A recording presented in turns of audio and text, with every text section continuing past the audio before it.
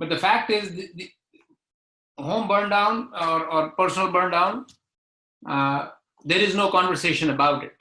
Yeah.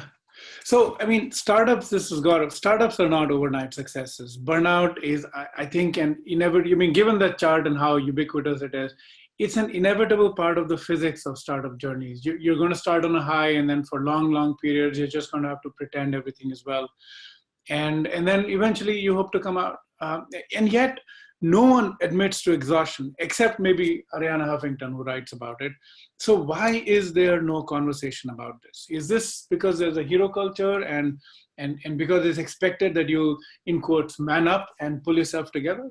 Yeah, I think you hit it right on the head. We live in this Facebook world, right, where everyone is posting pictures of themselves on vacation in exotic places and the family all smiling, and we never see what is happening day-to-day life as you're getting the kids ready for school in the morning and yelling at them to get up out of bed.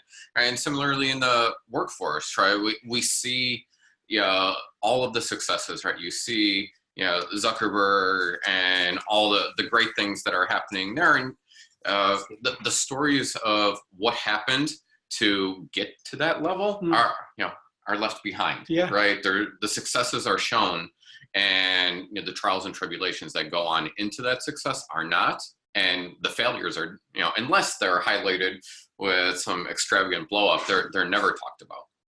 I think one of the aspects that's obvious and it's the front is most of the CEOs are guys. And for guys, I don't know, it's cultural or howsoever, for most cultures, it's not fashionable to show your weakness. Right? So as Gaurav said, you man up, and they don't want to show their weakness in public, whether that's to co-founders, public being, anybody outside of themselves, co-founders or employees, God forbid, you can't tell them you're worried. And of course, your VCs and board, also you keep quiet. Interestingly enough, I find myself being the crying shoulder for a lot of these people because I'm your stark outsider. I make it very clear that I've been through it, so they know they're crying on somebody's shoulder who has been through it and can empathize with their situation. And I'm generally an outside guy in the company. I'm not a full-time CFO, and I'm not going to chit-chat about it to the other employees.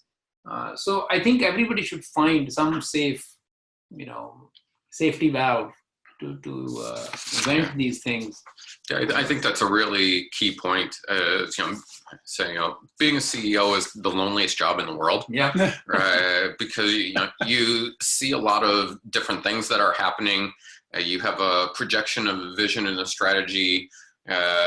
Some of this you can talk to people about, and some of it you can't, right? Because not only is there the Superman culture, but you need to project confidence, right, and lead the troops forward, right? So even though landmines are blowing up all around you, oh, okay, everything is perfect, everything is good, because the army needs that confidence in order to continue marching forward. So having a confidant, someone that you can vent to on the side is really important just for release.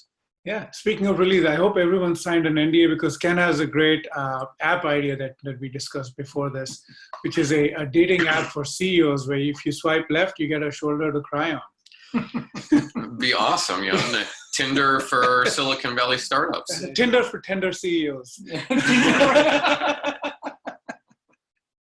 Okay, we're shutting down my startup CFO, Do Group, and Snapchat with Tinder for tender CEOs. Tinder for tender CEOs, that's right. All right. So here's the deal. Founder burnout is real. It's reality in Silicon Valley. It is vital for you to care about it so you can recognize it and take steps to re-energize yourself. You might already be in it.